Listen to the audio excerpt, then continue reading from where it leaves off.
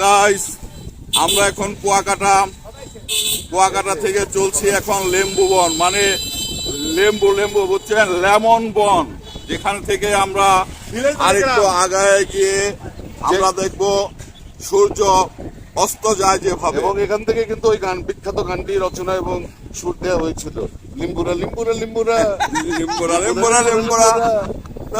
তারপরে কি আর একটা কথা সবাই মনে রাখবেন, ভিলেজ মানেই কিন্তু গ্রাম, বুঝছেন। আমাদের এবার ট্যুরে আমরা আবিষ্কার করছি ভিলেজ মানেই গ্রাম। আমরা এখন যাচ্ছি সূর্য অস্ত দেখার জন্য। দেখা যাক কতদূর যেতে পারি। আশেপাশে যত ডুবা নালা খাল বিল আছে, বিশেষ করে সমুদ্রের পাড়ে গাছ ডুবে গেছে, সেখানে নিয়ে যাব আপনাদেরকে। ওখানে গিয়ে আবার কিছু দেখাবো। এবার কিছু বক্তব্য দিবে আমাদের আব্দুল্লাহ রানা ভাই। এই বলেন আপনি।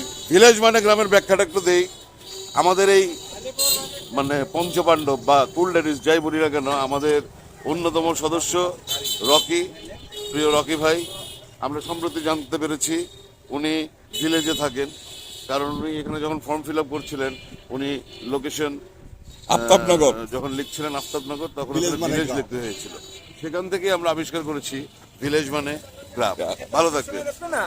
আমরা যাচ্ছি কোল্ড ড্যাডিস, আমরা কোল্ড ড্যাডিস যাচ্ছি, আমরা কুল ড্যাডিস যাচ্ছি সূর্য অস্ত দেখতে। সেই পর্যন্ত আমাদের সাথে থাকেন। আমাদের